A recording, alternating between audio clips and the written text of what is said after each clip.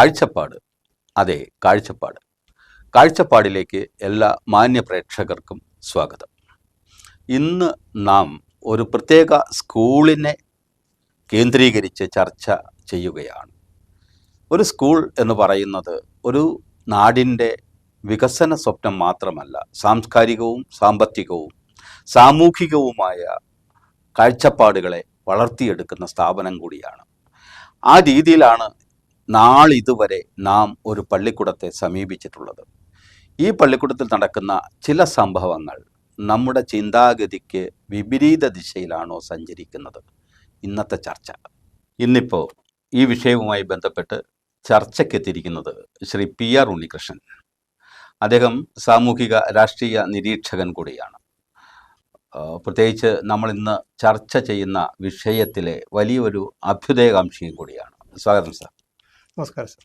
നമ്മളിന്ന് ഒരു പ്രത്യേക വിഷയമെടുത്ത് ചർച്ച ചെയ്യുമ്പോൾ, പ്രത്യേകിച്ച് നമ്മുടെ അടിമാലിയിൽ പ്രവർത്തിക്കുന്ന സർക്കാർ സ്കൂൾ, ഗവൺമെൻറ് ഹൈസ്കൂളുമായി ബന്ധപ്പെട്ടിട്ടാണ്.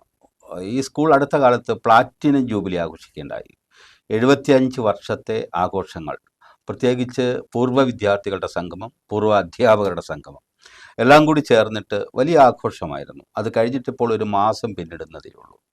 ഈ സ്കൂളുമായി ബന്ധപ്പെട്ട് ഒട്ടേറെ വിവാദങ്ങളും ഒപ്പം തന്നെ ഒട്ടേറെ നല്ല അഭിപ്രായങ്ങളും നിലനിൽക്കുന്നുണ്ട്. അക്കാര്യത്തിലൊന്നും സംശയമില്ല. ഇപ്പോൾ ഈ സ്കൂളിൽ അടുത്ത കാലത്ത് ഇത്തവണ +2 അനുവദിക്കും എന്ന ഒരു കിംവദന്തി എന്ന് അതിനെ പറയാമോ എന്നെനിക്കറിഞ്ഞുകൂടാ. തീർച്ചയായിട്ടും അങ്ങനെ ഒരു അഭിപ്രായ രൂപീകരണം നടന്നിരുന്നു, പക്ഷേ അത് നടന്നില്ല. അതുമായി ബന്ധപ്പെട്ട് എന്താണ് അങ്ങയുടെ ഒരു അഭിപ്രായം? അടിമാലി ഗവൺമെൻറ് ഹൈസ്കൂളിന് ഒരു +2 ആവശ്യമുള്ളതാണോ? അതുണ്ടെങ്കിൽ എന്തൊക്കെയാണ് പ്രയോജനം? സാർ ആദ്യം പറഞ്ഞതുപോലെ ഈ +2 അനുവദിക്കാമെന്നുള്ള ഒരു കാലാകാലങ്ങളായിട്ടുള്ള രാഷ്ട്രീയ പ്രവർത്തകരുടെയും ജനപ്രതിനിധികളുടെയൊക്കെ അടുത്ത് നിന്ന് ലഭ്യമായിട്ടുള്ളൊരു കാര്യം അനുവദിക്കാവുന്നതാണ്. പക്ഷേ അത് ഒരു കിംവദന്തി എന്ന് സാറ് പറഞ്ഞതുപോലെ തന്നെ പറയാൻ ഞാനും ആഗ്രഹിക്കുന്നു. കാരണം ഇത് നടപ്പിലാക്കാത്തൊരു കാര്യം പോലെയാണ് എൻ്റെ ഒരു അനുഭവം. +2 അനുവദിക്കുക എന്ന് പറഞ്ഞു കഴിഞ്ഞാൽ അടിമാലി ഗവൺമെൻറ് ഹൈസ്കൂളിനെ സംബന്ധിച്ചിടത്തോളം അത്യന്താപേക്ഷിതം. കാരണം പാവപ്പെട്ടവരുടെ മക്കൾ, നിരതരായിട്ടുള്ള ആളുകളുടെ മക്കൾ കൂലി വേല ചെയ്ത് അന്നന്ന് അത്താഴത്തിന് വക കണ്ടെത്തുന്ന ഒരു നല്ല വിഭാഗം ആളുകളുടെ മക്കളാണ് അവിടെ പഠിക്കുന്നത്. അവിടെ ഒരു +2 അനുവദിക്കുക എന്നുള്ള കാര്യം, ഇപ്പോൾ സാറ് കുറച്ചും പറഞ്ഞ പോലെ 75ാം വാർഷികമൊക്കെ ആഘോഷിച്ചെങ്കിൽ പോലും ആ കാലപ്പഴക്കം തന്നെ മതി ഇവിടെ ഒരു +2 അനുവദിക്കുന്നതിന് വേണ്ടിയിട്ടുള്ള മാനദണ്ഡം. വേറെ ഒന്നും നോക്കേണ്ടതില്ല. എന്നാൽ ഇവിടെ ഈ ഒരു +2 ഇല്ലാത്തത് വളരെയധികം പാവപ്പെട്ട വീട്ടിലെ കുട്ടികളെ കഷ്ടത്തിലാക്കുന്നൊരു സമീപനമാണ്. തികച്ചും അടിമാലിയുടെ ഒരു ചരിത്രം പരിശോധിച്ചു കഴിഞ്ഞാൽ ഏതാണ്ട് 40ഓളം പിന്നോക്ക ജനവിഭാഗങ്ങൾ താമസിക്കുന്ന മേഖലകളുണ്ട്, സെറ്റിൽമെൻറ്റുകൾ. ഈ സെറ്റിൽമെൻറ്റുകളിലെ കുട്ടികളെല്ലാം തന്നെ 1ാം ക്ലാസ് മുതൽ പഠിക്കുന്നത് ഈ അടിമാലി ഗവൺമെൻറ് ഹൈസ്കൂളിലാണ്. ഈ അടിമാലി ഗവൺമെൻറ് ഹൈസ്കൂളിനെ ആശ്രയിച്ച് തന്നെ ആദിവാസി കുട്ടികൾക്കുള്ള ഹോസ്റ്റലുകളും മറ്റ് സൗകര്യങ്ങളൊക്കെ ഉണ്ട്. ആ കുട്ടികളെല്ലാം പഠിക്കുന്ന ഈ സ്കൂളിലാണ്. ഇപ്പോൾ ഈ സ്കൂളിൽ ഒരു +2 ഇല്ലാത്തതിൻ്റെ ഒരു വലിയ അപാകതയുണ്ട്. എല്ലാ കാലവും തിരഞ്ഞെടുപ്പുകൾ വരുമ്പോൾ എല്ലാ മത്സര സ്ഥാനാർത്ഥികളും പറയുന്നൊരു കാര്യം, ഞങ്ങൾ ഇത്തവണ അധികാരത്തിൽ വന്നാൽ അടിമാലി സ്കൂളിൽ +2 അനുവദിക്കും. അത് രാഷ്ട്രീയ ഭേദമന്യേ എല്ലാ രാഷ്ട്രീയ പാർട്ടിയുടെ ആളുകൾ പറയുന്നൊരു വാക്കാണ്. ഇത് സത്യത്തെങ്കിൽ ഈ ഇലക്ഷനിൽ വോട്ട് സമാഹരിക്കാൻ വേണ്ടി പറയുന്ന ഒരു പാഴ്വാക്കായിട്ടാണ് നാളെ ഇതുവരെയായിട്ടുള്ള അനുഭവത്തിൽ നിന്നും മനസ്സിലാകുന്നത്. ഈ അടുത്ത കാലത്ത് നമ്മുടെ മുഖ്യമന്ത്രിയുടെ നവകേരള സദസ്സുമായി ബന്ധപ്പെട്ട പരിപാടിയിലൊക്കെ ഈ +2 അനുവദിക്കുന്നതുമായി ബന്ധപ്പെട്ട് നിവേദനങ്ങൾ സമർപ്പിക്കുകയുണ്ടായി. അതിനൊന്നും യാതൊരുവിധ പരിഹാരവും ഉണ്ടായിട്ടില്ല. ഈ +2 ഇല്ലാത്തതിൻ്റെ ഒരു വലിയ കഷ്ടപ്പാട് എന്ന് പറഞ്ഞാൽ സാറ്, ഈ പാവപ്പെട്ട കുട്ടികൾക്ക് മറ്റ് സ്വകാര്യ മാനേജ്മെൻറ്റ് സ്കൂളുകളിലൊന്നും പഠിക്കാൻ പോകാൻ ശേഷിയുള്ളവരല്ല, അഡ്മിഷൻ എടുക്കാൻ പോകാനും പറ്റുന്നവരല്ല. അപ്പോൾ ആ നിലയ്ക്ക് ഈ +2 അനുവദിക്കാത്തതുകൊണ്ട് ഏറ്റവും വലിയ ഭവിഷ്യത്ത് അല്ലെങ്കിൽ അവരുടെ ഭാവിക്ക് ഏറ്റവും വലിയ കോട്ടം സംഭവിക്കുന്നത് ഈ വനാന്തരങ്ങളിൽ കഴിയുന്ന ഈ സെറ്റിൽമെൻറ്റുകളിൽ കിടക്കുന്ന പട്ടികവർഗ വിദ്യാർത്ഥികൾക്കാണ്. തീർച്ചയായിട്ടും അങ്ങ് പറഞ്ഞത് വളരെ അടിവരയിട്ട് സൂചിപ്പിച്ച ഒരു കാര്യം ഗോത്രവർഗ സമൂഹവുമായി ബന്ധപ്പെട്ട കാര്യമാണ്. ഈ അടിമാലിയുടെ ഇരുമലകളിലും ഇപ്പോൾ ചിന്നപ്പാറക്കുടി പോലുള്ള തലനിരപ്പൻകുടി പോലുള്ളത്, ഒപ്പം തന്നെ ഇവിടെ കൊരങ്ങാട്ടി പോലുള്ള സ്ഥലങ്ങൾ, ഇവിടെ നിന്നൊക്കെ ഈ കോളനികളിൽ നിന്നൊക്കെ സാധാരണക്കാരായ ഈ ആദിവാസി കുട്ടികൾ അവർ വന്ന് പഠിക്കുന്ന ഒരു പള്ളിക്കൂടം എന്ന നിലയിൽ അടിമാലിക്ക് ഏറെ പ്രാധാന്യമുണ്ട്. അക്കാര്യത്തിലൊരു സംശയമില്ല. പക്ഷേ ഒരു കാര്യം സത്യമാണ്. ഇപ്പോൾ ഞാനൊരു വിദ്യാഭ്യാസ പ്രവർത്തകൻ, ഒരു സാഹിത്യ വിദ്യാഭ്യാസ പ്രവർത്തകൻ എന്ന നിലയിൽ തന്നെ എനിക്കറിയാവുന്നിടത്തോളം ഈ 75 വർഷം പിന്നിട്ട ഈ പള്ളിക്കൂടത്തിൽ ഒരു +2 വേണമെന്ന ആവശ്യത്തിന് രാഷ്ട്രീയ രംഗത്തുനിന്ന് വലിയൊരു സമ്മർദ്ദം തന്നെ ഉണ്ടാകുന്നുണ്ട്. സാമൂഹികമായ സമ്മർദ്ദം നിങ്ങളെപ്പോലുള്ള സ്കൂളിനെ സ്നേഹിക്കുന്ന അഭ്യുദയകാംക്ഷികളുടെ ഭാഗത്തുനിന്നുമുണ്ട്. അതൊപ്പം തന്നെ രാഷ്ട്രീയമായ സമ്മർദ്ദമുണ്ട്. അതായത് ഈ സ്കൂളിൻ്റെ പ്ലാറ്റിനം ജൂബിലിയുമായി ബന്ധപ്പെട്ടുള്ള സമാപന യോഗത്തിൽ ഈ പ്രശ്നം വളരെ ശക്തമായി തന്നെ അതിൻ്റെ ചെയർമാൻ CA ഏലിയാസ് സാർ അവതരിപ്പിക്കുന്നത് ഞാൻ കേട്ടുകൊണ്ടിരിക്കുകയാണ്. അത് MLA മുന്നിൽ വെച്ചാണ്. അപ്പോൾ MP, മന്ത്രി, MLA ഒക്കെ പങ്കെടുക്കുന്ന യോഗത്തിൽ നിർഭാഗ്യവശാൽ അന്ന് MLA മാത്രമേ ഉണ്ടായിരുന്നുള്ളൂ. അപ്പോൾ MLA അതിനെക്കുറിച്ച്, ഇപ്പോഴത്തെ MLA അതിനെക്കുറിച്ച് വളരെ ആധികാരികമായി തന്നെ അദ്ദേഹം സംസാരിക്കുകയുണ്ടായി. അതായത് ഒരു ഗവൺമെൻറ്റിൻ്റെ നയമനുസരിച്ച് ഇപ്പോൾ +2 ഒരു പള്ളിക്കൂടത്തിലും അനുവദിക്കുന്ന ഒരു നയമല്ല ഇപ്പോഴുള്ളത്. കാരണം പലയിടത്തും ഇപ്പോൾ കഴിഞ്ഞ വർഷം അറിയാം, മലബാറിലൊക്കെ +2വിന് സീറ്റ് തികയാതെ വന്ന വലിയ ഇഷ്യൂസ് ഉണ്ടായപ്പോൾ ചില കോമ്പിനേഷൻസ് അങ്ങോട്ടും ഇങ്ങോട്ടും കുറച്ച് സീറ്റ് അനുവദിക്കുകയും ചെയ്തു. പക്ഷേ എന്നാൽ പോലും ചില കോമ്പിനേഷൻസ് ഒക്കെ സ്കൂളുകളിൽ നിന്ന് അങ്ങോട്ടും ഇങ്ങോട്ടും മാറ്റാമെന്നുള്ളതല്ലാതെ നിലവിൽ അനുവദിക്കുന്ന ഒരു പ്രശ്നമില്ലെന്നും, ഇനി അഥവാ അനുവദിക്കപ്പെടാൻ തീരുമാനമെടുത്താൽ അത് അടിമാലിക്കായിരിക്കും ആദ്യ പരിഗണന എന്നും അദ്ദേഹം അവിടെ അസന്ദിഗ്ധമായി പൊതുവേദിയിൽ പ്രഖ്യാപിക്കുന്നത് ഞാൻ കേട്ടു. അങ്ങത് വിശ്വസിക്കുന്നുണ്ടോ? സാർ, അത് സംബന്ധിച്ച് അങ്ങനെ ഒരു തീരുമാനം ഗവൺമെൻറ് എടുത്തിരുന്നാൽ പോലും നമ്മുടെ സംസ്ഥാനത്തെ ചില നിയമവ്യവസ്ഥകൾ വെച്ചിട്ട്, അല്ലെ ചില പ്രാദേശിക പരിഗണന വെച്ചിട്ട് സംസ്ഥാന ഗവൺമെൻറ് പ്രത്യേക പരിഗണന കൊടുത്ത്, അതല്ലെങ്കിൽ കേന്ദ്ര സംസ്ഥാന ഗവൺമെൻറ്റുകൾ പ്രത്യേക പരിഗണന കൊടുത്ത് സംരക്ഷിക്കുന്ന ഒരു വിഭാഗമാണ് പട്ടികവർഗ വിഭാഗം. അവരുടെ ജീവിത പശ്ചാത്തലത്തെ വിലയിരുത്തിക്കൊണ്ടാണ് അത് ചെയ്യുന്നത്. ഈ പട്ടികവർഗ വിഭാഗങ്ങളുടെ വികസനത്തിന് വേണ്ടി, അവരുടെ ഉന്നമനത്തിന് വേണ്ടി നിലവിലുള്ള സർക്കാർ നിയമങ്ങൾക്ക് അപ്പുറത്ത് ചില ചട്ടങ്ങളും നിയമങ്ങളും കൊണ്ടുവന്ന് അവർക്ക് വേണ്ടിയിട്ടുള്ള പല പദ്ധതികളും നടപ്പിലാക്കാറുള്ള സംസ്ഥാനവും രാജ്യവുമാണ് നമ്മുടെ ഇന്ത്യയത്. കേരളത്തിലെ പൊതുവിലുള്ളതൊരു നിലപാട് വെച്ച് +2 അനുവദിക്കപ്പെടുന്നില്ല എന്ന ഒരു നയം ഗവൺമെൻറ് ഉണ്ടെങ്കിൽ പോലും അടിമാലിയിലെ സ്കൂളിൻ്റെ പ്രത്യേക സാഹചര്യം പരിഗണനയിലെടുത്തുകൊണ്ട്, മാത്രമല്ല അടിമാലി പഞ്ചായത്തിനെ സംബന്ധിച്ചിടത്തോളം ഒരു ഗവൺമെൻറ് +2 ഒരു സ്കൂളിലുണ്ടെന്ന് എനിക്ക് തോന്നുന്നില്ല. എൻ്റെ പരിമിതമായ അറിവ് വെച്ചിട്ട് ഞാൻ പറയാം. അടിമാലി ഗവൺമെൻറ് ഹൈസ്കൂളിൽ +2 ഇല്ല. 10 മൈൽ ഗവൺമെൻറ് ഹൈസ്കൂളിൽ +2 ഇല്ല. മച്ചിപ്ലാവ് ഗവൺമെൻറ് ഹൈസ്കൂളിൽ അത് VHSE ഉള്ളൂ. മച്ചിപ്ലാവ് ഹൈസ്കൂളിൽ +2 ഇല്ല. ഈ പറയപ്പെടുന്ന 3 ഗവൺമെൻറ് സ്കൂളുകൾക്കും ചുറ്റും വനങ്ങളിൽ ഏറ്റവും കൂടുതൽ പട്ടികവർഗ വിഭാഗക്കാരാണ് താമസിക്കുന്നത്. അപ്പോൾ മറ്റൊരു കാര്യം സൂചിപ്പിക്കാനുള്ള അങ്ങോട്ട് മറ്റൊരു തടസ്സമായി നിൽക്കുന്ന ഒന്ന്, അടിമാലിയിൽ തന്നെ പ്രവർത്തിക്കുന്ന ഏതാണ്ട് ഇപ്പോൾ FMGHSS എന്ന് പറയുന്ന school, Fathima girls higher secondary school ഉണ്ടല്ലോ, ഈ സ്കൂൾ അടിമാലിയിൽ നിന്ന് വളരെ അകലെയല്ല, ഏതാണ്ട് ഒരു 1.5 കിലോമീറ്റർ അകലെയാണ് പ്രവർത്തിക്കുന്നത്. മറ്റൊന്ന് അടിമാലിയിൽ തന്നെ പ്രവർത്തിക്കുന്ന SNDP ഹൈസ്കൂളാണ്. അവിടെ ഹയർ സെക്കൻഡറി ഉണ്ട്, വൊക്കേഷണൽ ഹയർ സെക്കൻഡറി ഉണ്ട്. അപ്പോൾ ഇത്തരം അടിമാലിയിൽ തന്നെ പ്രവർത്തിക്കുന്ന ഈ 2 സ്കൂളുകൾ അടിമാലിക്കാർക്ക് മതിയാകുമെന്നൊരു തോന്നൽ ഇതിന് തടസ്സമായി നിൽക്കുന്നുണ്ടോ? തീർച്ചയായിട്ടും അങ്ങനെയല്ല. എന്നെപ്പോലുള്ള ആളുകളുടെ അനുഭവത്തിലും നിരീക്ഷണത്തിലും ഈ 2 മാനേജ്മെൻറ്റുകൾ ഈ ഗവൺമെൻറ് സ്കൂളിനെ ഇടത്തും വലത്തും നിലനിൽക്കുന്നത് കൊണ്ട് ഈ ഗവൺമെൻറ് സ്കൂളിന് +2 അനുവദിക്കുന്ന കാര്യത്തിൽ ചില ഭാഗ്യശക്തികളുടെ കടുത്ത ഇടപെടലുകൾ ഉണ്ട് എന്ന് ഞാൻ വിശ്വസിക്കുന്നു. ഒന്ന്, അത് ഞാൻ പറയാൻ കാരണം, സാർ സൂചിപ്പിച്ചതുപോലെ +2 അനുവദിക്കാൻ പാടില്ലാത്ത, അതല്ലെങ്കിൽ കൊടുക്കാൻ ഗവൺമെൻറ് ആഗ്രഹിക്കാത്ത ഒരു കാലഘട്ടമാണ് ഇതെന്ന് പറയുമ്പോൾ, എങ്കിൽ പിന്നെ എന്തുകൊണ്ട് ഈ വരുന്ന ഓരോ തെരഞ്ഞെടുപ്പുകളിലും ഈ മത്സരരംഗത്ത് നിൽക്കുന്ന സ്ഥാനാർത്ഥികൾ തീർത്തും അറിവില്ലാത്തവരോ ഉത്തരവാദിത്ത ബോധമില്ലാത്തവരല്ല. ഞങ്ങൾ ഈ കുറി ജയിച്ചാൽ അടിമാലി സ്കൂളിന് +2 അനുവദിക്കും എന്ന് എന്തുകൊണ്ട് പറയുന്നു? ഒന്ന്. രണ്ടാമത്, ഈ ഗവൺമെൻറ് സ്കൂളിൻ്റെ ശോചനീയാവസ്ഥ മനസ്സിലാക്കിക്കൊണ്ട് ഈ ഒരു സ്കൂളിന് +2 അനുവദിക്കുന്നതിന് സർക്കാരിന് ഒരു പ്രത്യേക നിയമനിർമ്മാണ സംവിധാനങ്ങൾ കൊണ്ടുവരാം. നമ്മൾ കണ്ടിട്ടുണ്ട്. ഇപ്പോൾ നമ്മളൊരു ഉദാഹരണം പറഞ്ഞാൽ, നമ്മുടെ ഇടുക്കിയിലെ വനഭൂമിയുമായി ബന്ധപ്പെട്ട് ഒട്ടനവധി നിയമക്കുരുക്കുകളും നിയമപ്രശ്നങ്ങളും നൂറ്റാണ്ടുകളായി നിലനിൽക്കുന്നുണ്ടായിരുന്നു. ആ ജനങ്ങളുടെ എല്ലാം വികാരങ്ങൾ സർക്കാർ മനസ്സിലാക്കി, അവരുടെ ആവശ്യങ്ങളെ സർക്കാർ മനസ്സിലാക്കി, അവർക്ക് സുരക്ഷിതമായ ഒരു ഭൂമിയും അവരുടെ കൈവശിരിക്കുന്ന ഭൂമി അവരുടേതായിരിക്കണമെന്നുള്ള ഒരു ഉത്തമ ബോധ്യത്തോടും കൂടി സർക്കാർ നിലവിലുണ്ടായിരുന്ന ചട്ടങ്ങൾക്ക് നിയമങ്ങൾക്കും ഭേദഗതികളും കൊണ്ടുവന്നു. ഇല്ല, കൊണ്ടുവന്നില്ല. അവിടെയാണ് അങ്ങ് അറിയേണ്ട ഒരു കാര്യം എന്താണെന്ന് വെച്ച് കഴിഞ്ഞാൽ 64 നിയമ ഭേദഗതിയിൽ ചട്ടങ്ങൾ രൂപീകരിക്കാൻ ഇപ്പോഴും കഴിഞ്ഞിട്ടില്ല. ചെയ്യുമെന്ന് സർക്കാർ പറഞ്ഞെങ്കിൽ പോലും അത് കഴിഞ്ഞിട്ടില്ല. അങ്ങനെ ചില നിയമപരമായ കുരുക്കുകളിലൂടെയാണ് പലപ്പോഴും നമ്മൾ മുന്നോട്ട് പോകുന്നത്. അതിനൊക്കെ ചില സാങ്കേതികമായ കാരണങ്ങളുണ്ടാവും. ഞാൻ അങ്ങോട്ട് ചോദിക്കട്ടെ, അപ്പോൾ അങ്ങ് പറഞ്ഞ ഒരു കാര്യം വളരെ വാസ്തവമാണ്. ഈ സ്വകാര്യ സ്കൂളുകൾ അപ്പുറയും ഉപ്പുറയും ഈ 2 സ്കൂളിൻ്റെയും വലത്തും ഇടത്തും ഉണ്ടെങ്കിൽ പോലും നമ്മളെ സംബന്ധിച്ചിടത്തോളം നമ്മൾ സൂചിപ്പിച്ച ഈ പാവം ആദിവാസി കുട്ടികളുണ്ടല്ലോ, അവർക്ക് അഡ്മിഷൻ കിട്ടുന്നതിൽ പലപ്പോഴും ഈ സ്കൂളുകൾ വലിയ പങ്ക് വഹിക്കുന്നില്ല.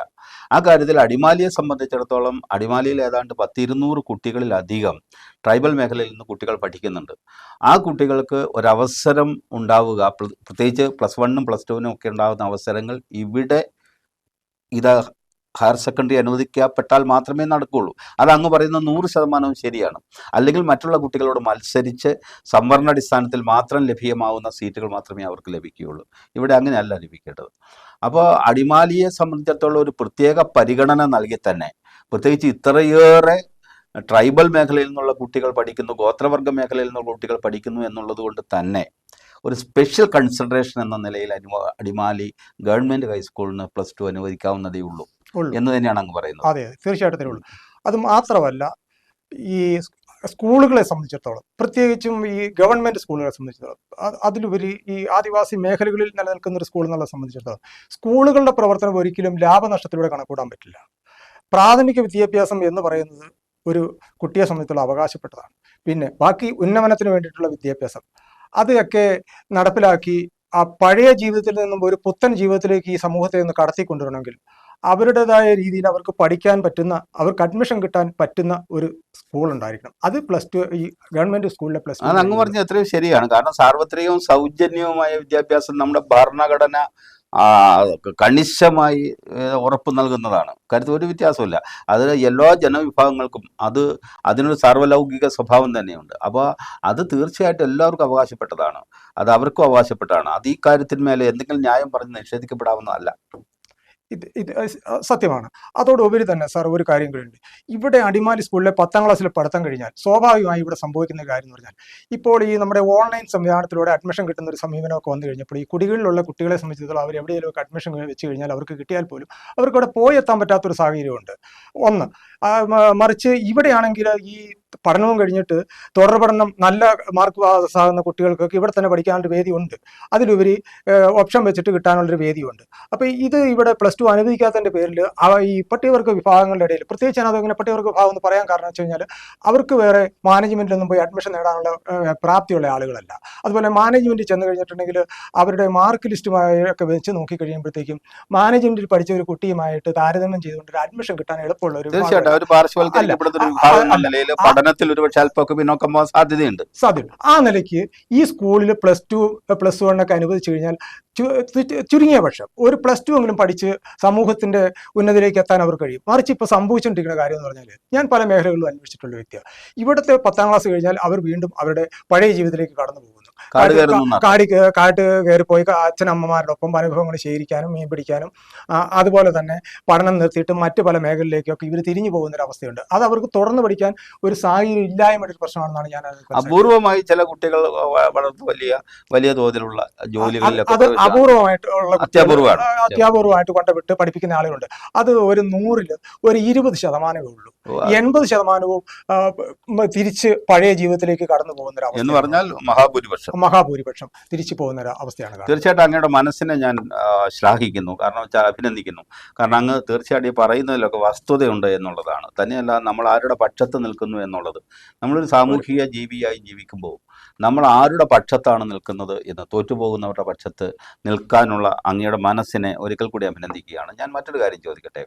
പള്ളിക്കൂടവുമായി ബന്ധപ്പെട്ട് ചില വിവാദങ്ങൾ ഇപ്പോൾ കത്തി വരുന്നുണ്ട്. ഇന്നിപ്പോൾ TV-യിലൊക്കെ എഴുതി കാണിക്കുന്നുണ്ടായിരുന്നു അടിമാലിയുമായി ബന്ധപ്പെട്ട്, അവിടെ ഇംഗ്ലീഷ് മീഡിയം ക്ലാസ്സുകൾ തുടങ്ങുന്നതുമായൊക്കെ ബന്ധപ്പെട്ടും അത് തുടങ്ങണമെന്നും തുടങ്ങണ്ട, അതൊക്കെ 2 ചേരിയായി നിന്ന് മാറുക, അത് സ്കൂളിനെതിരെ ഒരു അപവാദമായി പ്രചരിപ്പിക്കപ്പെടുക, ഇങ്ങനെയൊക്കെയുള്ള വലിയ സംഭവങ്ങൾ നടക്കുന്നുണ്ട്. എന്താണ് അതിനകത്ത് അടിസ്ഥാനം? അങ്ങേക്ക് അറിയാലോ സാർ. ഞാനത് മനസ്സിലാക്കിയ സ്ഥിതിക്ക് അടിമാലി ഗവൺമെൻറ് ഹൈസ്കൂളിൽ ഇംഗ്ലീഷ് മീഡിയം സ്കൂളുകൾ നടന്നുകൊണ്ടിരിക്കുന്നൊരു ടൈമായിരുന്നു. കുറച്ച് നാളുകളായിട്ട് നടക്കുന്നുണ്ട്. പെട്ടെന്ന് ഈ സ്കൂൾ അധ്യയന വർഷം അവിടുത്തെ പ്രഥമ അധ്യാപിക പറയുകയാണ്, ഈ സ്കൂളിൽ ഇംഗ്ലീഷ് മീഡിയം നിർത്തലാക്കുന്നു.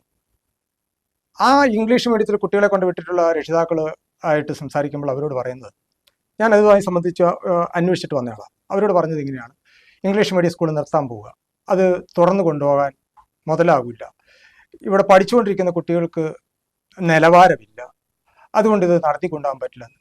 സാർ, എത്ര മോശമായ ഒരു സമീപനമാണ് അത്. അതൊന്ന് ആലോചിച്ച് നോക്കൂ. ഞാൻ ആദ്യം പറഞ്ഞതുപോലെ തന്നെ ഈ ഇംഗ്ലീഷ് മീഡിയം സ്കൂളിൽ ഇവിടെ പഠിക്കാൻ വരുന്നിരിക്കുന്ന കുട്ടികൾ, അല്ലെങ്കിൽ ഇപ്പോൾ പഠിച്ചുകൊണ്ടിരിക്കുന്ന കുട്ടികൾ, ഞാൻ ആദ്യം പറഞ്ഞതുപോലെ തന്നെയാണ്, നിർദ്ധരായ കുടുംബങ്ങളിലെ കുട്ടികളാണ്. അവർക്ക് അവരുടെ മക്കളെ ഒരു 4 അക്ഷരം ഇംഗ്ലീഷ് പഠിപ്പിക്കണം, അല്ലെങ്കിൽ ഇംഗ്ലീഷ് സംസാരിപ്പിക്കണം എന്നൊരാഗ്രഹം നിറവേറ്റാൻ ഏക സ്ഥാപനമാണ് ഗവൺമെൻറ് സ്കൂള്. സാർ അറിയാമല്ലോ, ഇവിടെ പല ഇംഗ്ലീഷ് മീഡിയം സ്കൂളുകളുണ്ട്, CBSEയുടെ. അവിടെ ഒരു സാധാരണക്കാരൻ്റെ കുട്ടിക്ക് ഒരു അഡ്മിഷൻ എടുക്കാൻ കഴിയില്ല സാറ്. ഒരു 25,000 രൂപ അടുത്തൊരു അഡ്മിഷൻ ചിലവ് വരും. പിന്നെ ഒരു വർഷം പഠിപ്പിക്കുമ്പോഴത്തേക്കാണ്ട് 2-3 ലക്ഷം രൂപയ്ക്ക് അടുത്ത് ചിലവ് വരും. ഈ ഉൾപ്രദേശങ്ങളിൽ നിന്ന് വരുന്ന ഈ പാവപ്പെട്ട കുട്ടികൾക്ക് അവിടെ പോയി പഠിക്കാൻ കഴിയത്തില്ല. അപ്പം നിലവിൽ ഈ സ്കൂളിൽ നടത്തിക്കൊണ്ടിരുന്ന ഈ ഇംഗ്ലീഷ് മീഡിയം സ്കൂള് ക്ലാസ് എന്ന് പറയുന്നത് നിർത്തലാക്കിയത് തീർച്ചയായിട്ടും അത് ഒരിക്കലും അംഗീകരിക്കാൻ പറ്റുന്ന ഒരു കാര്യമല്ല. അത് നിർത്താൻ പാടില്ലായിരുന്നു. അതുമായി ബന്ധപ്പെട്ടാണ്, ഇപ്പം അങ്ങ് സൂചിപ്പിച്ച കാര്യങ്ങളുമായി ബന്ധപ്പെട്ടാണ് വലിയ പ്രചരണ കോലാഹലങ്ങൾ നടക്കുന്നത്. അത് സ്കൂളിൻ്റെ ഗുഡ്വില്ലിനെ ബാധിക്കുന്നുണ്ട്, സ്കൂളിൻ്റെ നിലനിൽപ്പിനെ ബാധിക്കുന്നുണ്ട്, സ്കൂളിൻ്റെ പേരിനെ, യശസ്സിനെ, പ്രശസ്തിയൊക്കെ ബാധിക്കുന്നുണ്ട്. അത് ഒരു ഭാഗത്ത് നിൽക്കട്ടെ. പക്ഷേ ഞാൻ വീണ്ടും ചോദിക്കുന്നത്, ഒരു ഭാഗത്ത് CBSE സ്കൂളുകളുടെ ഇപ്പം അങ്ങ് സൂചിപ്പിച്ച സമൂഹത്തിലെ ഉപരിവർഗം അവിടെ പോയി പഠിക്കുന്നുണ്ട്. ഇവിടുത്തെ ഏറ്റവും താഴത്തെ തട്ടിലെ ഗ്രാസ് റൂട്ട് ലെവൽ എന്നൊക്കെ നമ്മൾ പറയുമല്ലോ, ആ ലെവലിലെ കുട്ടികളാണ് ഇത്തരം പള്ളിക്കൂടങ്ങളിൽ വന്ന് പഠിക്കുന്നത്. അവർ ഇച്ചിരി ഇംഗ്ലീഷ് പഠിക്കണമെന്നുള്ളത് അങ്ങ് സൂചിപ്പിച്ചതുപോലെ ഏതൊരു രക്ഷിതാവിൻ്റെ ആഗ്രഹമാണ്.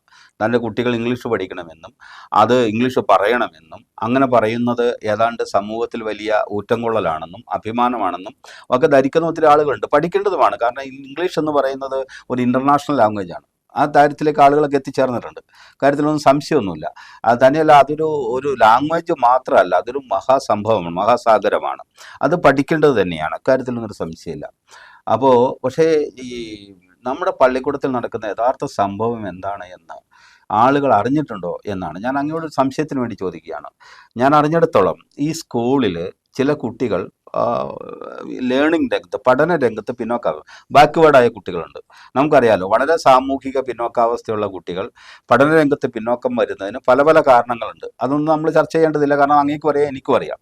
ഇപ്പം നമ്മൾ സൂചിപ്പിച്ച വിഭാഗത്തിൽ നിന്ന് വരുന്ന കുട്ടികളിൽ തന്നെ ഏതാണ്ട് ബഹുഭൂരിപക്ഷം കുട്ടികൾക്കും സാമൂഹികമായ പിന്നോക്കാവസ്ഥ ഉള്ളതുകൊണ്ടാണ് അവർ പഠനത്തിൽ പിന്നോക്കം പോകുന്നത്. സ്കൊളാസ്റ്റിക്കലി ബാക്ക്വേർഡ് എന്ന് ഇംഗ്ലീഷിൽ പറയും. അപ്പോൾ സ്കൊളാസ്റ്റിക്കലി ബാക്ക്വേർഡായ കുട്ടികൾ അങ്ങനെ ആകുന്നതിന് ചില സാമൂഹികവും സാമ്പത്തികവും സാംസ്കാരികവുമായ കാരണങ്ങളുണ്ട്. അങ്ങനെയുള്ള കുട്ടികളാണ് നമ്മുടെ പള്ളിക്കൂടത്തിൽ ഏറ്റവും കൂടുതലുള്ളത്. അപ്പോൾ 8, 9, 10 ക്ലാസ്സുകളിൽ ഇംഗ്ലീഷ് മീഡിയം ക്ലാസ്സുകളുണ്ട്. അങ്ങേക്കറിയാലോ, KER അനുസരിച്ച്, കേരള എഡ്യൂക്കേഷൻ റൂൾ അനുസരിച്ച് 3 ഡിവിഷൻ ഉണ്ടെങ്കിൽ അതിലൊരു ഡിവിഷനാണ് ഇംഗ്ലീഷ് മീഡിയം വേണ്ടത്. സർക്കാരിൻ്റെ നിയമം അനുസരിച്ച് അങ്ങനെയാണ്. ഇപ്പോൾ അതൊക്കെ അതിലംഘിച്ച് 3ഉം വേണമെങ്കിൽ ഇംഗ്ലീഷ് ഒക്കെ പഠിപ്പിക്കുന്ന ചില സ്കൂളുകൾ, സർക്കാർ സ്കൂളുകൾ പോലും ഉണ്ട്, അതിനൊക്കെ അതിലംഘിച്ച് ചെയ്യുന്നുണ്ട്, ഇല്ലെന്നല്ല. പക്ഷേ KER അനുസരിച്ച് ഒരു ഡിവിഷൻ ഇംഗ്ലീഷ് മീഡിയം ആക്കണം. ആ ഒരു ഇംഗ്ലീഷ് മീഡിയം ക്ലാസ്സിൽ നിന്നും പിന്നോക്കം നിൽക്കുന്ന കുട്ടികൾ വേണമെങ്കിൽ മലയാളം ക്ലാസ്സിലേക്ക്, മലയാളം ഡിവിഷനിലേക്ക് മാറിക്കോട്ടെ എന്ന ഒരു നിർദ്ദേശം PTA മുന്നിൽ പ്രഥമാധ്യാപിക വെച്ചു എന്നാണ് ഞാൻ അറിയുന്നത്. അത് ചർച്ചയ്ക്കെടുക്കേണ്ടതല്ലേ? തീർച്ചയായിട്ടും അത് ചർച്ചയ്ക്ക് എടുക്കേണ്ടത്. അങ്ങനെ ഒരു കാരണവശാലും വയ്ക്കാൻ പറ്റില്ല സാർ. കാരണം വിദ്യാഭ്യാസ രംഗത്ത് സാർ ആദ്യം പറഞ്ഞതുപോലെ തന്നെ ഈ കുട്ടികൾ വളരുന്ന സാഹചര്യം ഒരു വലിയ മർമ്മപ്രധാനമാണ്. ഈ മറ്റു കുട്ടികളോടൊപ്പം കിടപിടിക്കാൻ പറ്റാത്ത കുട്ടികൾ ഇംഗ്ലീഷ് മീഡിയം സ്കൂളിലുണ്ടെങ്കിൽ അവരെ മാറ്റി മലയാളത്തിലേക്ക് നിർത്തുക എന്ന് പറയുന്നത് വിവേചനപരമായ ഒരു കാര്യമാണത്. അത് ചെയ്യാൻ പാടില്ല. അവർക്ക് സെപ്പറേറ്റ് ഒരു ക്ലാസ് എടുത്തുകൊണ്ട് അവരെയും കൂടെ മറ്റു കുട്ടികളൊപ്പം ഉയർത്തിക്കൊണ്ടുവന്ന് ആ ഇംഗ്ലീഷ് പഠിക്കാൻ, അവിടുന്ന് തുടർന്ന് ഇംഗ്ലീഷ് പഠിച്ചവർക്ക് പോകാനുള്ള വേദി ഒരുക്കി കൊടുക്കണം. അവരെ വീണ്ടും കൊണ്ടുവന്ന് സമൂഹത്തിൻ്റെ താഴെത്തട്ടിലേക്ക് വലിച്ചെറിഞ്ഞു കൊടുക്കുന്ന ഒരു സമീപനമാണ് അധ്യാപിക സ്വീകരിച്ചിട്ടുള്ളത്. അങ്ങനെ സംസാരിച്ചിട്ടുണ്ടെങ്കിൽ ഒരിക്കലും സംസാരിക്കാൻ പാടില്ല. കാരണം ഇത് പാവപ്പെട്ടവൻ്റെ കുട്ടിയാണ്. അതിനകത്ത് ഒരു ബലമായ സംശയം എനിക്ക് മാത്രമല്ല പൊതുസമൂഹത്തിൽ നിലനിൽക്കുന്നത്. ഞാൻ ഇന്നിപ്പോൾ പലരുമായിട്ട് സംസാരിച്ചതിൽ അറിഞ്ഞതിൽ ഞാൻ ആദ്യം പറഞ്ഞതുപോലെ തന്നെയാണ്, ഈ സ്കൂളിനെ ചുറ്റിപ്പറ്റി ഇതിന് ഇടതും വലതും ഒക്കെ ആയിട്ട് പല സ്വകാര്യ മാനേജ്മെൻറ്റ് ഇംഗ്ലീഷ് മീഡിയം സ്കൂളുകൾ നിലനിൽക്കുന്നു. അപ്പോൾ ഇവിടുത്തെ ഈ ഇംഗ്ലീഷ് മീഡിയം സ്കൂളുകളുടെ പഠനത്തിന് ആരെങ്കിലും ആഗ്രഹിക്കുന്നുണ്ടോ എന്ന് സംശയിച്ചാൽ അതിൽ തെറ്റു പറയാനില്ല. അല്ല, അത്തരത്തിലുള്ള ആരോപണങ്ങളൊക്കെ ഒരുപക്ഷെ വന്നേക്കാം. തീർച്ചയായിട്ടും അങ്ങ് പറയുന്നതൊക്കെ ശരിയാണ്. കാരണം ബാഹ്യമായ ചില ഇടപെടലുകൾ, ഇതിൻ്റെ പിന്നിൽ ചില ലോബികൾ ഒക്കെ സമൂഹത്തിലുണ്ടല്ലോ. അതിൻ്റെ ഭാഗമായി ഇവിടെയും കണ്ടേക്കാം, ഇല്ലെന്നൊന്നും ഞാൻ പറയുന്നില്ല. പക്ഷെ അങ്ങ് സൂചിപ്പിച്ച ഒരു കാര്യം വസ്തുതയാണ്. കാരണം വെച്ചാൽ ഈ പഠനത്തിൽ പിന്നോക്കം നിൽക്കുന്നു എന്ന കാരണം പറഞ്ഞ് ഒരു വിഭാഗം കുട്ടികളെ ഇംഗ്ലീഷ് മീഡിയം ക്ലാസ്സുകളിൽ നിന്ന് മലയാളം മീഡിയത്തിലേക്ക് മാറ്റുന്നത് ഒരുതരം വിവേചനമാണ്. അക്കാര്യത്തിൽ സംശയമൊന്നുമില്ല. അപ്പം അങ്ങ് സൂചിപ്പിച്ചത് തീർച്ചയായിട്ടും ശരിയാണ്. ആ വിവേചനം തീർച്ചയായിട്ടും. പക്ഷേ ഈ പറഞ്ഞ കാര്യങ്ങൾ ചർച്ചയ്ക്ക് വിധേയമാക്കേണ്ടതാണ്. എന്താണ് കാരണം? കാരണം ഇതിപ്പോൾ ഈ മലയാളം മീഡിയം എന്ന് പറയുന്നത് ഇല്ലാതായിക്കൊണ്ട് ഇംഗ്ലീഷ് മീഡിയം തന്നെ ഒരു സ്കൂളിൽ പ്രവർത്തിക്കുന്നു എന്നുള്ള തെറ്റൊന്നുമല്ല. കാരണം നമ്മുടെ നാട്ടിലെ ഒട്ടേറെ CBSE, ICSE സ്കൂളുകളൊക്കെ പ്രവർത്തിക്കുന്നുണ്ട്. അപ്പോൾ അവർക്കൊക്കെ ഇത് ബാധകമാണെങ്കിൽ നമ്മുടെ പാവപ്പെട്ട കുട്ടികൾക്ക് അത് ബാധകമാണ്. പക്ഷേ ഇവിടെ ഒരു വസ്തുത നിലനിൽക്കുക, അങ്ങേക്ക് അറിയാലോ, നമ്മൾ ചിന്തിക്കുന്നത് മലയാളത്തിലാണ്. നമ്മൾ സ്വപ്നം കാണുന്നത് മലയാളത്തിലാണ്. നമുക്ക് മറ്റൊരു ഭാഷയെ സ്വപ്നം കാണാനാവില്ല. നമ്മൾ ചിന്തിക്കുന്നതിന് ഭാഷ വേണമെന്ന് എനിക്കറിയാലോ. നമുക്ക് ഇംഗ്ലീഷ് ചിന്തിക്കാനാവില്ല. ഇംഗ്ലീഷ് ചിന്തിക്കണമെങ്കിൽ അത് ഇംഗ്ലീഷിൽ പോയി അല്ലെങ്കിൽ ഇംഗ്ലീഷ് പറഞ്ഞ് തന്നെ വളർന്ന ഒരു കുട്ടിക്ക് അങ്ങനെ ചിന്തിക്കാനാവും. അപ്പോൾ ഏതൊരാളും ചിന്തിക്കുന്നത് അവൻ്റെ മദർ ടങ്ങിലാണ്, അതവൻ്റെ മാതൃഭാഷയിലാണ്. ഇംഗ്ലീഷുകാർക്ക് ഇംഗ്ലീഷിൽ ചിന്തിക്കാം, കന്നഡക്കാരന് കന്നഡയിൽ ചിന്തിക്കാം. അപ്പോൾ മലയാളിക്ക് മലയാളത്തിലാണ് സാധാരണ നിലയിൽ ചിന്തിക്കാനാവും. അപ്പോൾ അങ്ങനെയൊക്കെ വെച്ച് നോക്കുമ്പോൾ മലയാളം പഠിക്കുന്നത് ഒരു കുറവായി സമൂഹം കാണുന്നുണ്ടോ? ഒരിക്കലും കുറവായി കാണുന്നില്ല. മലയാള മാതൃഭാഷ തീർച്ചയായിട്ടും പഠിച്ചിരിക്കണം. അതോടൊപ്പം തന്നെ മറ്റു ഭാഷകളും പഠിക്കണം. അതിനകത്തൊരു കാര്യം, മറ്റു ഭാഷകളും പഠിക്കുന്നത് നിർബന്ധം തന്നെയാണ്. അതിനകത്ത് ഉദാഹരണം പറഞ്ഞു കഴിഞ്ഞാൽ, ഇപ്പോൾ ഏതെങ്കിലും ഒരു എളിയ ഉദാഹരണം പറയാം. ഒരു ഹോസ്പിറ്റലിൽ ചെന്നു ഒരാവശ്യമായി ബന്ധപ്പെട്ട്, വലിയ ആധുനികവൽക്കരിക്കപ്പെട്ട ഹോസ്പിറ്റലുകളിലൊക്കെ സംഭവം നടക്കുന്നതെന്ന് വെച്ചാൽ, പണ്ട് ചെന്നിട്ടൊരു അഡ്മിഷന് വേണ്ടിയിട്ട് ഒരു ചീട്ട് ചോദിച്ചു കഴിഞ്ഞാൽ അവരത് എഴുതി റെഡിയാക്കി നമ്മുടെ കയ്യിലേക്ക് ഒരു ചീട്ട് തരും. ഇപ്പോൾ നടക്കുന്ന ഒരു സംവിധാനം അതല്ല. ഇപ്പോൾ ഒരു ഡോക്ടറെ കാണാൻ ചെന്ന് കഴിഞ്ഞിട്ടുണ്ടെങ്കിൽ കൗണ്ടറിൽ ഒരു കാർഡ് വെച്ചിരിക്കുക. ഈ കാർഡ് കൃത്യമായിട്ടും പൂരിപ്പിച്ചങ്ങ് കൊടുക്കണം. ആ കാർഡിൽ കംപ്ലീറ്റ് ഇംഗ്ലീഷാണ്, മലയാളമില്ല. മലയാളം വേണമെന്ന് നമ്മൾ പറയുന്നെങ്കിലും മലയാളമില്ല. ആ ഇംഗ്ലീഷിലുള്ള ആ ഒരു ഫോം പൂരിപ്പിച്ച് അവിടെ കൗണ്ടറിൽ കൊടുത്തെങ്കിൽ മാത്രമേ ഡോക്ടറെ കാണാൻ കഴിയുള്ളൂ. വിദ്യാഭ്യാസമില്ലാത്ത ഒരാൾ അവിടെ ചെന്ന് കഴിഞ്ഞാൽ, തികച്ചും ഇംഗ്ലീഷ് അറിയാൻ പാടില്ലാത്ത ഒരാൾ അവിടെ ചെന്ന് കഴിഞ്ഞാൽ ഇതൊന്ന് പൂരിപ്പിച്ച് അവിടെ കൊടുക്കുന്നതിന് മറ്റാരുടെയെങ്കിലും ആശ്രയം തേടേണ്ടി വരുന്നു. ഇത് വരും തലമുറകൾക്ക് ഉണ്ടാകാൻ പാടില്ല.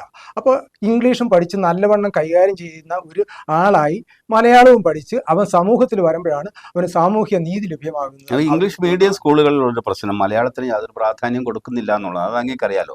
CBSE സ്കൂളുകളിൽ, ICSE സ്കൂളുകളിലൊന്നും മലയാളം എന്ന് പറയുന്നതിന് ഒരു പ്രാധാന്യം കൊടുക്കുന്നില്ല. അവർ 10ാം ക്ലാസ് വരെ ഒരു മലയാളം പേപ്പറായി അങ്ങ് പോകുന്നു എന്ന് മാത്രമേ ഉള്ളൂ. ഞാൻ പറയുന്നത് ഇവിടെ നമ്മൾ മലയാളത്തിന് ഇംഗ്ലീഷ് മീഡിയം ക്ലാസ്സുകളിലേക്ക് വന്നാൽ മലയാളത്തിന് പ്രാധാന്യം കുറയും. അത് കുറയുന്നത് കൊണ്ട് കുട്ടി ഇംഗ്ലീഷ് പഠിക്കുന്നത് കൊണ്ട് കൂടുതൽ കുഴപ്പമുണ്ടെന്നല്ല ഞാൻ പറഞ്ഞു വരുന്നത്. ഈ ചെറുപ്പത്തിലെ ഇംഗ്ലീഷ് പഠിച്ച് 2, 3, 4 ലാംഗ്വേജ് പഠിക്കുന്നത് നല്ലതാണ്. അങ്ങ് സൂചിപ്പിക്കുന്നത് വളരെ വസ്തുതയാണ്. വളരെ ചെറുപ്പത്തിലാണ് കുട്ടിക്ക് ഇത് ആർജിക്കാനുള്ള ശേഷിയുള്ളത്. പ്രത്യേകിച്ച് ഒരു യൂണിവേഴ്സൽ ഗ്രാമർ എന്ന് പറയുന്ന ഒരു കാര്യം എല്ലാ ലാംഗ്വേജിനും ഉണ്ട്. അതനുസരിച്ച് നോക്കുമ്പോൾ കുട്ടി വളരെ ചെറുപ്പത്തിൽ തന്നെ ഈ ലാംഗ്വേജുകൾ പഠിക്കുന്നതാണ് നല്ലത്. കാര്യത്തിൽ സംശയമൊന്നുമില്ല. പക്ഷേ ഒരു സ്കൂളിൻ്റെ ഒരു സാങ്കേതിക വശം കൂടി അങ്ങ് മനസ്സിലാക്കുമല്ലോ. അതായത് ഒരു ഇംഗ്ലീഷ് മീഡിയം ക്ലാസ്സുകളിലേക്ക് വന്നു കഴിഞ്ഞാൽ ഇപ്പോൾ മാത്സും സോഷ്യൽ സയൻസും ജനറൽ സയൻസ് തുടങ്ങിയ സബ്ജക്റ്റുകളെല്ലാം ഇംഗ്ലീഷിലാണ് കുട്ടി പഠിക്കുന്നത്. ഇംഗ്ലീഷിൽ പഠിക്കുമ്പോൾ കുട്ടിക്ക് ഇംഗ്ലീഷിൻ്റെ സ്റ്റാൻഡേർഡ് വർദ്ധിക്കും. ആ കാര്യത്തിലൊന്നും ഒരു സംശയവും വേണ്ട. അപ്പോൾ ഇതിൻ്റെ ഇംഗ്ലീഷ് മെയിൻ ലാംഗ്വേജ് ആയിട്ട് എടുത്ത് അതിൻ്റെ പ്രോസും അതിൻ്റെ പോയട്രിയും പഠിക്കുന്ന കൂട്ടത്തിൽ തന്നെ മറ്റ് സബ്ജക്റ്റും പഠിക്കും, യാതൊരു സംശയമില്ല. പക്ഷേ ഇത് പഠിപ്പിക്കാനുള്ള അധ്യാപകരുടെ എണ്ണത്തിൽ ഹൈസ്കൂളിലൊരു പ്രശ്നം UP സ്കൂൾ പോലെ അല്ലെങ്കിൽ LP സ്കൂൾ പോലെ അല്ലല്ലോ. സബ്ജക്റ്റ് അടിസ്ഥാനത്തിലാണ് അധ്യാപകരെ നിയമിക്കുന്നത്. അവിടെ കുട്ടികളുടെ എണ്ണം അനുസരിച്ചാണ് അധ്യാപകർ ഉണ്ടാവേണ്ടത്. അത് താഴെ അങ്ങനെ തന്നെയാണ്. പക്ഷേ ഇവിടെ സബ്ജക്റ്റ് ബേസ്ഡ് ആണ് ടീച്ചർ നിയമനം എന്ന് പറയുന്നത്. അങ്ങനെ വരുമ്പോൾ ഗവൺമെൻറ് സ്കൂളുകളിൽ, ഈ പ്രത്യേകിച്ച് അടിമാലി ഗവൺമെൻറ് സ്കൂളുകളിൽ എല്ലാ ക്ലാസ്സിലും, ഇപ്പോൾ 8ാം ക്ലാസ്സിലും 9ലും 10ലും അവിടെ 3 ഡിവിഷൻ വീതമാണുള്ളത്. ഇപ്പോൾ ഇത്തവണ 9ലും 10ലും ഈ 2 ഡിവിഷനും 8ാം ക്ലാസ്സിൽ 3 ഡിവിഷനും എന്നാണ് എനിക്കറിയാൻ കഴിഞ്ഞത്. അങ്ങനെയാണെങ്കിൽ അവിടെ എത്തേണ്ട അധ്യാപകരുടെ എണ്ണത്തിൽ കുറവുണ്ടോ എന്ന് അങ്ങ് അന്വേഷിച്ചിട്ടുണ്ടോ? എത്തേണ്ട അധ്യാപകരുടെ എണ്ണത്തിൽ കുറവുണ്ട് എന്ന് പറയപ്പെടുന്നു. പക്ഷെ അതിന് ഒരു സംവിധാനം എന്ന് പറഞ്ഞാൽ, ഈ അധ്യാപകരുടെ കുറവ് പരിഹരിക്കേണ്ടതും ബന്ധപ്പെട്ട ഗവൺമെൻറ്റാണ്. അഭ്യസ്തവിദ്യരായിട്ടുള്ള ഒട്ടനവധി ആളുകൾ പുറത്ത് നിൽപ്പുണ്ട്. ഇത് PSC ബന്ധപ്പെട്ട് PSCക്ക് ഇതിൻ്റെ ഒഴിവിൻ്റെ റിപ്പോർട്ട് കൊടുത്ത് PSC അതിൻ്റെ നിയമ നടപടികൾ സ്വീകരിച്ച് ആവശ്യമായ അധ്യാപകരെ സ്കൂളുകളിൽ വെച്ചെങ്കിൽ മാത്രമേ നല്ല പഠനം ലഭ്യമാക്കാൻ കഴിയുള്ളൂ. അത് നടപ്പിലാക്കേണ്ടത് അതാത് ഗവൺമെൻറ്റാണ്. ആ കാര്യത്തിൽ ബന്ധപ്പെട്ട ആളുകൾ ഗവൺമെന്റ് ശ്രദ്ധയിൽ ഈ കാര്യം പെടുത്താത്തത് കൊണ്ടാണ് ഈ ഒരു കുറവ് വന്നിരിക്കുന്നത്. അത് അങ്ങ് സൂചിപ്പിക്കുന്നതിലൊരു പ്രശ്നം എന്താണെന്ന് ചോദിച്ചു കഴിഞ്ഞാൽ PSC നിയമനങ്ങൾ അതാത് കാലത്ത് സമയാസമയങ്ങളിൽ സാധാരണ നടക്കാറില്ല. പക്ഷേ അങ്ങ് സൂചിപ്പിച്ച ഒരു കാര്യമുണ്ട്, ഇത് സർക്കാരിൻ്റെ ഉത്തരവാദിത്തമാണ്. പ്രാദേശിക ഭരണകൂടങ്ങളുണ്ട്, ഒപ്പം തന്നെ സ്കൂളിൻ്റെ PTAക്ക് തന്നെ ഇതിനെ ഇൻ്റർവ്യൂ നടത്താനുള്ള താൽക്കാലികമായി പോസ്റ്റ് ചെയ്യാനുള്ള അധികാരമുണ്ട്. ഒപ്പം തന്നെ ജില്ലാ പഞ്ചായത്തിൻ്റെ കീഴിലാണ് ഹൈസ്കൂൾ. അപ്പോൾ ജില്ലാ പഞ്ചായത്തുമായി ബന്ധപ്പെട്ട് തന്നെ താൽക്കാലിക ജീവനക്കാരെ വെക്കാനും അവർക്ക് ആ വേതനം കൊടുക്കാനും ഒക്കെ കഴിയണം. പ്രാദേശിക ഭരണകൂടങ്ങൾ അതിനകത്ത് ഇടപെടേണ്ടതുണ്ട്. അപ്പോൾ അത്തരം കാര്യങ്ങളുമായി ബന്ധപ്പെട്ട് ഞാൻ അങ്ങയോട് ചോദിക്കുന്നത്, ഇത്തരം ഇഷ്യൂസ് എന്തെങ്കിലും പള്ളിക്കൂടത്തിലുണ്ടെങ്കിൽ ഈ ഇഷ്യൂസ് എങ്ങനെയാണ് മാധ്യമങ്ങളുടെ ശ്രദ്ധയിൽപ്പെട്ട് അത് അഖില കേരള അടിസ്ഥാനത്തിലേക്ക് മാറുന്നത്? മാധ്യമങ്ങളുടെ ശ്രദ്ധയിൽപ്പെടുക എന്ന് പറഞ്ഞാൽ, ഒന്ന്, മാധ്യമങ്ങളുടെ ശ്രദ്ധയിൽ ബന്ധപ്പെട്ട സ്കൂളിൻ്റെ PTA പ്രസിഡന്റ് അതുപോലെ തന്നെ അധ്യാപകർ അടങ്ങിയ ഒരു വിഭാഗം മാധ്യമങ്ങൾ ശ്രദ്ധയിൽപ്പെടുത്തിയാൽ മാധ്യമങ്ങളുടെ ശ്രദ്ധയിൽ കിട്ടും. അതിലുപരി ഇപ്പോൾ തന്നെ സ്കൂളിൻ്റെ വാതിക്കൽ ഇത് പ്രതിഷേധ യോഗങ്ങൾ, നിരാഹാരങ്ങൾ, സമരങ്ങൾ ഒക്കെ നടന്നുകൊണ്ടിരിക്കുന്നു. ഇതെല്ലാം വാർത്താ മാധ്യമങ്ങൾ കാണുകയും പണ്ടത്തെ ഒരു സംവിധാനം അല്ല ഇപ്പം നമുക്ക് മീഡിയ സംവിധാനം വളരെ ആധുനികവൽക്കരിക്കപ്പെട്ടു, സോഷ്യൽ മീഡിയ. അപ്പോൾ അതനുസരിച്ച് ഇത് പുറംലോകം അറിയാൻ വലിയ താമസം വേണ്ട. സെക്കൻഡ് നേരത്തിനുള്ളിൽ ഇതെല്ലാം പുറംലോകം അറിഞ്ഞിട്ടുണ്ട്. ഇപ്പോൾ ഇത് നടപടിക്രമങ്ങൾ നടക്കുന്നുണ്ട്. അതോടൊപ്പം തന്നെ എനിക്കൊരു കാര്യം ചേർത്ത് പറയാനുള്ളത്, തികച്ചും ഒരു നല്ല സമൂഹത്തെ വാർത്തെടുക്കുന്നതിന് വേണ്ടിയിട്ട് പ്രധാന പങ്ക് വഹിക്കുന്ന ആളുകളാണ് അധ്യാപകരെന്ന് പറയുമ്പോൾ അവർ കുറേ കാര്യം ചിന്തിക്കേണ്ടതുണ്ട്. ആ അധ്യാപകരുടേതായ ഉത്തരവാദിത്വ ബോധം, ഒരു സമൂഹത്തെ വാർത്തെടുക്കുന്നതിൽ അവർക്കുള്ള പങ്ക്, ഇതൊക്കെ അവർ മനസ്സിലാക്കണം. ഇത് മനസ്സിലാക്കിയിട്ട് വേണം കുട്ടികളെ പഠിപ്പിക്കാൻ. ഒരു ചെറിയ കാര്യത്തിൻ്റെ പേരിൽ, അതല്ലെങ്കിൽ എന്തെങ്കിലും ഒരു ചെറിയ ഇടപെടലിൻ്റെ പേരിൽ ഒരു വിദ്യാർത്ഥിയുടെ ഭാവി തകരുന്ന രീതിയിലുള്ള സമീപനം അധ്യാപകർ എടുക്കാൻ പാടില്ല. ഇപ്പോൾ അടിമാലി ഗവൺമെൻറ് സ്കൂളിൽ അങ്ങനെ നടന്നിട്ടുണ്ടെന്നാണ് അറിയാൻ കഴിഞ്ഞത്. ഈ ഇംഗ്ലീഷ് മീഡിയം നിർത്തലാക്കുന്നതുമായി ബന്ധപ്പെട്ട ആ കുട്ടികളും അവരുടെ രക്ഷിതാക്കളും ഒക്കെ അധ്യാപകരുമായി സംസാരിച്ചു കഴിഞ്ഞപ്പോൾ ആ സംസാരം അതിൽ കടന്നുപോയി എന്നാണ് എനിക്ക് മനസ്സിലാക്കാൻ കഴിഞ്ഞത്. അവർ പറയുന്ന അവരുടെ കുട്ടികളെ ജാതീയപരമായി ആക്ഷേപിച്ചു എന്ന് ഇപ്പോൾ അവരവിടെ പറയുന്നുണ്ട്. അങ്ങനെക്കറിയാലോ, വളരെ പെട്ടെന്നുണ്ടാവുന്ന ചില വികാര വിക്ഷോഭങ്ങൾക്ക് അപ്പുറത്ത് ഇത് കുറെ നാളുകളായി PTA-യുമായി ഒരു ഉരസൽ നിലനിൽക്കുന്നുണ്ട്. അങ്ങേക്കറിയാലോ, അത് വേറെ പല സംഭവങ്ങളുമായി ബന്ധപ്പെട്ട് ആണ് ഈ അകൽച്ച നിലനിൽക്കുന്നത്. അത് നിൽക്കുന്നതിൻ്റെ ഭാഗമായിട്ടാണ് പെട്ടെന്നൊരു സംഭവം ഉണ്ടാവുകയും അത് വളരെ വൈകാരികമായി പ്രതികരിക്കുകയും ചെയ്യുന്നത്. ഞാൻ അങ്ങ് സൂചിപ്പിച്ച ഒരു കാര്യം ഉറപ്പാണ്, ഇത്തരം സംഭവങ്ങളൊന്നും ഒരു പള്ളിക്കൂടത്തിൽ ഉണ്ടാകാൻ പാടില്ല. PTA-യും സ്റ്റാഫും ഒന്നിച്ച് നിന്ന് ഒറ്റക്കെട്ടായി നിന്ന് മുന്നോട്ട് പോകുന്ന ഒരു അവസരം ഉണ്ടെങ്കിൽ മാത്രമേ ആ പള്ളിക്കൂടത്തിന് വികസനം ഉണ്ടാവൂ, ആ കുട്ടികൾക്കൊരു ഭാവി ഉണ്ടാവൂ. കാര്യത്തിലൊന്നും യാതൊരു സംശയമില്ല. അപ്പോൾ അതിന് നമുക്ക് ഈ അധ്യാപകരെയും രക്ഷിതാക്കളെയും കൂടി ഒന്നിച്ചു ചേർത്ത് ഒരു കുടക്കീഴിൽ ഒരു ശക്തിയായി നിൽക്കാൻ നമുക്ക് എന്ത് ചെയ്യാൻ കഴിയും എന്നാണ് അങ്ങ് പറയുന്നത്? അധ്യാപകരെയും രക്ഷിതാക്കളും കുട്ടികളെയും കൂടെ ഒരു കുടക്കീഴിൽ നിർത്തി കൊണ്ടുപോകണമെങ്കിൽ ഗവൺമെൻറ് സ്കൂളുകൾ എന്നല്ല, എല്ലാ സ്കൂളുകളും, ആ സ്കൂളുകളിൽ പഠിപ്പിക്കുന്ന അധ്യാപകരും അവിടെ മദർ PTA-യും PTA എല്ലാം വളരെ സൗമ്യമായിട്ട് പ്രവർത്തിക്കുന്നവരായിരിക്കണം. അതിലെല്ലാത്തിലുപരി വിദ്യാഭ്യാസ സ്ഥാപനങ്ങളിലൂടെ പക തീർക്കാനുള്ള ഒരു പ്രസ്ഥാനമായി കാണരുത്. വിദ്യാഭ്യാസ സ്ഥാപനങ്ങളിൽ നടന്നുകൊണ്ടിരിക്കുന്നത് ഒരു ഇഷ്യൂ ഉണ്ടായി കഴിയുമ്പോൾ അതിനെ രാഷ്ട്രീയവൽക്കരിക്കാനും അതിനെ വ്യക്തിപരമായിട്ട് വ്യക്തിഹത്യ ചെയ്യാനും ഒക്കെ വേണ്ടിയിട്ട് ഉപയോഗിക്കുന്ന ഒരു സംവിധാനം പാടെ നിർത്തലാക്കണം. അത് പാടില്ല. ഇതൊരു നല്ല കാര്യത്തിന് വേണ്ടി, ഒരു പിള്ളേരെ നല്ല തലമുറയെ വാർത്തെടുക്കുന്നതിന് വേണ്ടിയിട്ട് തുടക്കം കുറിക്കുന്ന ഒരു സ്ഥാപനമാണ്, ഒരു പ്രസ്ഥാനമാണ്, ഒരു സരസ്വതി വിദ്യാലയമാണെന്നുള്ള കാഴ്ചപ്പാട് ഈ അധ്യാപകർക്കും രക്ഷിതാക്കൾക്കും ഉണ്ടെങ്കിൽ ആ സ്കൂൾ വളരെയധികം ഭംഗിയായിട്ട് പോകും. ഒരു സംശയം ആ കാര്യത്തിൽ വേണ്ട. അതിനപ്പുറത്ത് ശത്രുത മനോഭാവം അധ്യാപകരിലോ വിദ്യാർത്ഥികളിലോ PTA-യിലോ ഉണ്ടാക്കി വെച്ചുകൊണ്ട് ഇങ്ങനെ ഒരു പ്രസ്ഥാനം മുന്നോട്ട് പോകാൻ ഒരിക്കലും കഴിയില്ല. ഇപ്പോൾ ഇന്ന് എൻ്റെ ശ്രദ്ധയിൽപ്പെട്ട ഒരു കാര്യം ഞാൻ സാറ് പറയാൻ ആഗ്രഹിക്കാം. തിരുവനന്തപുരത്തെ സ്കൂളിൽ വളരെ ദയനീയമായി, കേട്ടാൽ ഹൃദയഭേദകമായ ഒരു കാര്യം, അധ്യാപകർ തമ്മിലുള്ള അഭിപ്രായ വ്യത്യാസത്തിൻ്റെ പേരിൽ ഒരു പാവം പെൺകുട്ടിയെ അതിൻ്റെ ഭാവി പോലും ബാധിക്കുന്ന രീതിയിൽ, അത് ആത്മഹത്യയുടെ വക്കിലേക്ക് എത്തുന്ന രീതിയിൽ ആ കുട്ടിയെ വളരെ മോശമായ രീതിയിൽ ചിത്രീകരിച്ച് അതിന് പഠിക്കാൻ പറ്റാത്തൊരവസ്ഥയിലേക്ക് കാര്യങ്ങൾ കൊണ്ട് എത്തിച്ചിരിക്കുന്നത്. ആ കുട്ടിയുടെ മാതാപിതാക്കളുടെ മാനസികാവസ്ഥ എന്താ, ആ കുട്ടിയുടെ മാനസികാവസ്ഥ എന്താ, ഒന്ന് ആലോചിച്ച് നോക്കൂ. ഇത്തരം ആളുകൾ അധ്യാപകരല്ല. ഇത്തരം ആളുകളെ കണ്ടെത്തിയ സർവീസിൽ നിന്ന് പുറത്താക്കണമെന്നുള്ളൊരു അഭിപ്രായം കൂടെയുള്ള ആളാണ്. പഴയ കാലത്ത് ഉണ്ടായിരുന്ന ആർജവം, അധ്യാപകർക്കുണ്ടായിരുന്ന ആർജവം, വിശുദ്ധി ഒക്കെ നഷ്ടപ്പെട്ടിട്ട് കാലങ്ങളായിട്ടുണ്ട്. അക്കാര്യത്തിലൊന്നും ഒരു സംശയമില്ല. ഈ മാതൃദേവോഭവ, പിതൃദേവോഭവ, ആചാര്യ ദേവോഭവ, അതിഥി ദേവോഭവ എന്നായിരുന്നു നമ്മുടെ ഉപനിഷത്ത് വാക്യങ്ങൾ.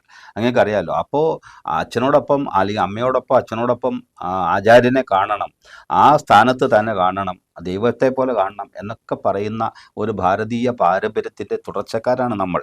അവിടെ അധ്യാപകൻ ആദരിക്കപ്പെട്ടിരുന്നു, ബഹുമാനിക്കപ്പെട്ടിരുന്നു എന്നുള്ളതൊക്കെ സത്യമാണ്. പക്ഷേ ഇപ്പോൾ ഈ ന്യൂജൻ എന്ന് നമ്മൾ വിളിക്കുന്ന ഒരു വിഭാഗമൊക്കെ കടന്നു വന്ന് ആർക്കും ആരോടൊരു കമ്മിറ്റ്മെൻ്റ് ഇല്ല, ആർക്കും ആരോടൊരു പ്രതിബദ്ധത ഇല്ലാതെയൊക്കെ മാറുന്നതിൻ്റെ ഭാഗമായിട്ടാണ് ഈ ജാതി വാർത്തകളൊക്കെ അവിടെ നിന്ന് ഇവിടെ നിന്നൊക്കെ വരുന്നത്. പക്ഷേ എന്തായാലും ഇതൊക്കെ നമ്മളെ ദുഃഖിപ്പിക്കുന്നതാണ്. കാരണം ഈ സമൂഹത്തിൽ ഈ ഇവർ തമ്മിലുള്ള ഒരു ഉരസൽ, പ്രത്യേകിച്ച് അധ്യാപകരും രക്ഷിതാക്കളും തമ്മിൽ ഇങ്ങനെ ഉണ്ടായാൽ അത് പാടില്ല. ഞാൻ സമയത്തിൻ്റെ പരിമിതി കൊണ്ടാണ് അവിടെ കിട്ടെ അങ്ങേ ഒരു അഭ്യുദയകാംക്ഷി എന്ന നിലയിൽ തീർച്ചയായിട്ടും ഈ പള്ളിക്കൂടത്തിൻ്റെ ഇവിടുത്തെ രാഷ്ട്രീയക്കാർ, ഇവിടുത്തെ പ്രാദേശിക ഭരണകൂടങ്ങളൊക്കെ ചേർന്ന് ഈ പള്ളിക്കൂടത്തിൽ നിലനിൽക്കുന്ന കലുഷിതമായ അന്തരീക്ഷത്തെ ഉടച്ചു വാർക്കേണ്ടതുണ്ട്. അക്കാര്യത്തിലൊരു സംശയമില്ല, ഇല്ലേ?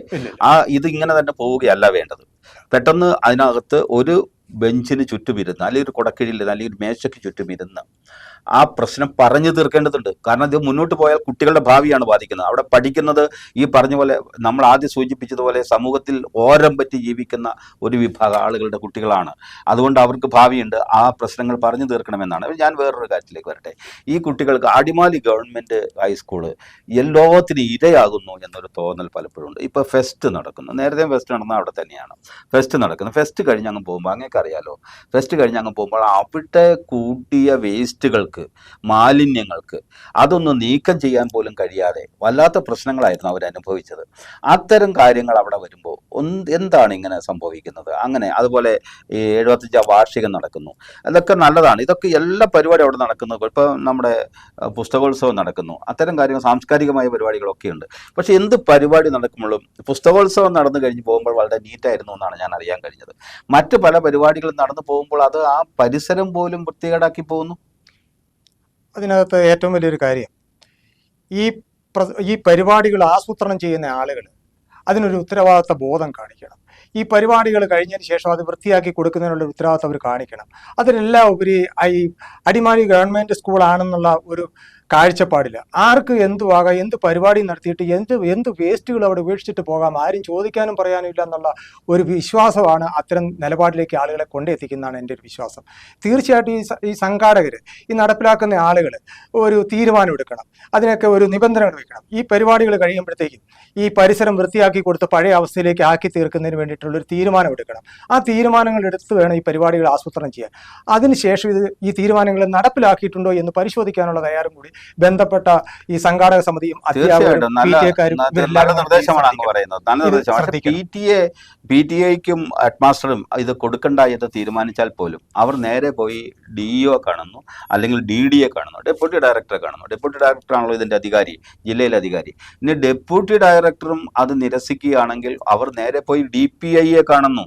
DPI നിരസിക്കുകയാണെങ്കിൽ നേരിട്ട് മന്ത്രിയെ കാണുന്നു. അതായത് രാഷ്ട്രീയ സ്വാധീനമൊക്കെ ഉള്ള ആളുകളാണ്. അപ്പോൾ അവർ ഈ രാഷ്ട്രീയ ബന്ധമൊക്കെ അനുസരിച്ച് അത് ആ പള്ളിക്കൂടത്തിൽ നടന്നോട്ടെ എന്ന നിലപാട് സ്വീകരിക്കും. അങ്ങനെ നിലപാട് സ്വീകരിക്കുമ്പോൾ പലപ്പോഴും അത് പള്ളിക്കൂടത്തെ ബാധിക്കുന്നുണ്ട്. പള്ളിക്കൂടത്തിന് 10 പൈസയുടെ മിച്ചമില്ല. എന്നാൽ ഇതൊക്കെ നടത്തിയിട്ട് പോകുമ്പോൾ PTA ഫണ്ട് എന്ന നിലയിൽ ആ പള്ളിക്കൂടത്തിന് ചില ഫണ്ട് കൊടുക്കുകയോ അല്ലെങ്കിൽ എന്തെങ്കിലും സാധനങ്ങൾ വാങ്ങി കൊടുക്കുകയോ സ്പോൺസർ ചെയ്യുകയോ ഒക്കെ ചെയ്യേണ്ടതാണ്. പക്ഷേ ഇതൊന്നും അവിടെ സംഭവിക്കുന്നില്ല.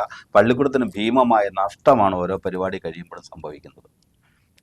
അത് തന്നെയാണ് ഞാൻ ആദ്യം പറഞ്ഞ കാര്യം. ഈ ഒരാവശ്യത്തിന് വേണ്ടി ചെന്ന് ഗവൺമെൻറ് സ്കൂളുകൾ ചോദിക്കുമ്പോൾ, അത് ഗവൺമെൻറ് സ്കൂളുകൾ ചോദിക്കുമ്പോൾ അതിന് ചില നിബന്ധനകൾ വയ്ക്കാൻ PTA-ക്ക് അധികാരമുണ്ട്, ഹെഡ് മാസ്റ്റർക്കും അധികാരമുണ്ട്. അതിനപ്പുറത്ത് രാഷ്ട്രീയ സ്വാധീനം നടത്തി ഇവർ കൊണ്ടുവന്ന് ഈ പരിപാടികൾ നടത്തും എന്നുള്ള കാര്യത്തിൽ യാതൊരു സംശയമില്ല, നടത്തിയ ചരിത്രങ്ങളാണ് നമുക്കിവിടെ ഉള്ളത്. മറിച്ച് ഒരു കാര്യം നമ്മളൊന്ന് വിലയിരുത്തട്ടെ, അല്ലെങ്കിൽ നടത്തുന്നവർ വിലയിരുത്തട്ടെ, സമൂഹം വിലയിരുത്തട്ടെ. ഒരു മാനേജ്മെന്റിന്റെ വക ഒരു ഹാളിൽ അല്ലെങ്കിൽ ഒരു സ്കൂൾ കോമ്പൗണ്ട് ഒരു പരിപാടിക്ക് വേണ്ടിയിട്ട് ആസൂത്രണം ചെയ്യുന്നു. ആ പരിപാടി കഴിഞ്ഞാൽ നോ മിനിറ്റ് കൊണ്ട് ഈ പരിപാടി നടത്തിയിട്ടുള്ള രാഷ്ട്രീയ പാർട്ടിക്കാരായാലും സാമുദായിക സംഘടനയുടെ ആൾക്കാരായാലും അത് നോ മിനിറ്റ് കൊണ്ട് അത് ക്ലിയർ ആക്കി അവിടെ ഇട്ടിട്ട് കോമ്പൗണ്ടിന് പുറത്ത് പോകും. പക്ഷെ അതുകൊണ്ട് തന്നെയാണ് ഞാൻ ആദ്യം പറഞ്ഞത്, ഗവൺമെന്റ് സ്കൂൾ ആയതുകൊണ്ട് ആർക്കും എന്തും ചെയ്യാവുന്നൊരു തോന്നൽ ആളുകളിലുണ്ട്. അത് മാറ്റണം. ഇത് നമ്മുടേതാണ്, ഇത് പൊതുജനങ്ങളുടേതാണ് എന്നുള്ളൊരു ഉത്തരവാദിത്ത ബോധമുള്ള ആളുകൾക്ക് ഇത് ചെയ്യാൻ കഴിയില്ല. ഒരു പ്രോഗ്രാം കഴിയുമ്പോഴേക്കും കുറഞ്ഞത് ഒരു 15 കസേര, കുറഞ്ഞത് ഒരു 25 ഡെസ്ക് ഒടിയും. ഇതൊക്കെ വീണ്ടും പണിതെടുക്കേണ്ടതുണ്ട്, അല്ലെങ്കിൽ പുതിയത് വാങ്ങേണ്ടത്. ഇതൊരു പ്രശ്നമാണ്. അത് ആ രീതിയിൽ ആണ് അത് വളരെ മോശമായാണ് അശ്രദ്ധമായിട്ട് കൈകാര്യം ചെയ്യുകയാണ്. അതൊക്കെ പോട്ടെ. ഏതായാലും ഞാൻ പറഞ്ഞു വന്നത്, നമ്മൾ അടിമാലിയെ സംബന്ധിച്ചിടത്തോളം 75 വർഷം എന്ന് പറയുന്നത് നിസ്സാരമായൊരു കാലയളവല്ല. ഏതാണ്ട് ഒരു പുരുഷായുസിൻ്റെ കാലയളവാണ്. ആ കാലയളവിൽ ഉണ്ടായ ഒരു പള്ളിക്കൂടം ആ പള്ളിക്കൂടം എന്ന് പറയുന്നത് അടിമാലിയെ സംബന്ധിച്ചിടത്തോളം അത് അഭിമാന വിജൃംഭിതമായ മനസ്സോടുകൂടിയാണ് ആളുകൾ അതിനെ കാണുന്നത്. കാരണം അവിടെ എത്തിയ പൂർവ്വ വിദ്യാർത്ഥികൾ, അധ്യാപകരെയൊക്കെ ഞാൻ കണ്ടതാണ്. തന്നെയല്ല, നമുക്കൊരു സാംസ്കാരിക ഔന്നത്യം നൽകുന്ന നമ്മുടെ വിദ്യാഭ്യാസ സ്ഥാപനം തന്നെയാണ് അടിമാലി സർക്കാർ സ്കൂൾ. ആ സർക്കാർ സ്കൂളിൽ ഉണ്ടാകുന്ന ചെറിയ പ്രശ്നങ്ങൾ പോലും നമ്മുടെ സാംസ്കാരിക ബോധത്തെ ഇല്ലാതാക്കും. അതുകൊണ്ട് തീർച്ചയായിട്ടും ആ പ്രശ്നം പരിഹരിക്കാൻ അങ്ങും മുൻകൈ എടുക്കുമെന്നാണ് ഞാൻ വിചാരിക്കുന്നത്. തീർച്ചയായും നമുക്ക് ഇവിടുത്തെ രാഷ്ട്രീയക്കാർക്കൊപ്പം, ഇവിടുത്തെ സാംസ്കാരിക പ്രവർത്തകർക്കൊപ്പം, വിദ്യാഭ്യാസ പ്രവർത്തകർക്കൊപ്പം നമുക്ക് അണിനിരക്കണം, ഇല്ലേ? തീർച്ചയായും അങ്ങ് ആ കാര്യത്തിൽ പൂർണ്ണമായി ഇപ്പൊ അങ്ങ് ഇവിടെ വന്നത് പോലും, ഈ ചർച്ചയിൽ പങ്കെടുക്കുന്നത് പോലും ഈ പള്ളിക്കൂടത്തോടുള്ള വളരെ ആത്മാർത്ഥമായ ബന്ധം കൊണ്ടാണ്, അല്ലേ? തീർച്ചയായും ഒരു നാഭീനാളി ബന്ധം അങ്ങയുടെ പറച്ചിലുണ്ട്, അങ്ങയുടെ വാക്കുകളിലുണ്ട് സ്കൂളുമായി. അപ്പോൾ ഈ സ്കൂൾ നന്നാവണമെന്നുള്ള അങ്ങയുടെ ആഗ്രഹമാണത്. തീർച്ചയായിട്ടും വന്നതിനും സമയത്തിന്റെ പരിമിതി കൊണ്ടാണ്. ഒരൊറ്റ കാര്യം സാറിന്റെ ശ്രദ്ധയിൽപ്പെടുത്തിക്കോട്ടെ. ഇത് ഗവൺമെന്റ് ഹൈസ്കൂൾ എന്ന് പറയുന്നത് ജില്ലാ പഞ്ചായത്തിന്റെ പരിധിയിലാണ്. അതെ. ഈ എന്നെ കേൾക്കുന്ന ബന്ധപ്പെട്ട ഉദ്യോഗസ്ഥര് ഈ ജില്ലാ പഞ്ചായത്തിൽ നിന്നും ചെയ്യാവുന്ന ഒരു നിയമ നടപടികൾ ഈ സ്കൂളിന്റെ +2 കാര്യത്തിൽ ബഹുമാനപ്പെട്ട ജില്ലാ പഞ്ചായത്ത് പ്രസിഡന്റ് അടക്കമുള്ള ആളുകൾ പ്രത്യേകം ഒരു ശ്രദ്ധയിലെടുത്ത് ഈ പ്രദേശത്തെ പാവപ്പെട്ടവരുടെ കുട്ടികൾ പഠിക്കുന്ന ഒരു സ്കൂൾ എന്നുള്ള നിലയ്ക്ക് അവരുടെ ജീവിതത്തിൻ്റെ ഒരു ഉന്നമനത്തിന് ഏക വഴിയായ ഈ സ്കൂളിൽ ഒരു +2 അനുവദിക്കുന്നതിന് വേണ്ടിയിട്ട് ബഹുമാനപ്പെട്ട ജില്ലാ പഞ്ചായത്ത് പ്രസിഡന്റും ഭരണസമിതി അംഗങ്ങളും പ്രത്യേകം താല്പര്യമെടുക്കണമെന്ന് ഈ സമയത്ത് ഞാൻ അഭ്യർത്ഥിക്കുകയാണ്. വളരെ സന്തോഷമുണ്ട്. അങ്ങയുടെ ആത്മാർത്ഥയെ ഒരിക്കൽ കൂടി അഭിനന്ദിക്കുന്നു. ഇവിടെ എത്തുകയും നമ്മുടെ പ്രദേശത്തെ ഒരു സരസ്വതി ക്ഷേത്രം ഏറ്റവും ഉയർന്ന നിലയിലേക്ക് വരണമെന്ന് മനസ്സാൽ ആഗ്രഹിക്കുകയും ചെയ്യുന്ന അങ്ങേക്ക് എല്ലാവിധ അഭിവാദ്യങ്ങളും അർപ്പിച്ചുകൊണ്ട് നമസ്കാരം. ഒരു സ്കൂളിനെ പ്രത്യേകമായി ലക്ഷ്യം വെച്ചുകൊണ്ടുള്ള ചില ചർച്ചകൾ, അത് സോഷ്യൽ മീഡിയയിലായാലും മറ്റു മാധ്യമങ്ങളിലായാലും ആ സ്കൂളിൻ്റെ വളർച്ചയ്ക്ക് നന്നല്ല. തീർച്ചയായിട്ടും ഒരു മേശയ്ക്ക് ചുറ്റുമിരുന്ന് ബന്ധപ്പെട്ടവർ ചർച്ച ചെയ്ത് തീരുമാനിച്ച് ആ സ്കൂളിൻ്റെ വികസന നടപടികളിൽ പങ്കാളിയാകണമെന്നാണ് മീഡിയ നെറ്റിനും അഭ്യർത്ഥിക്കാനുള്ളത്. നന്ദി, നമസ്കാരം.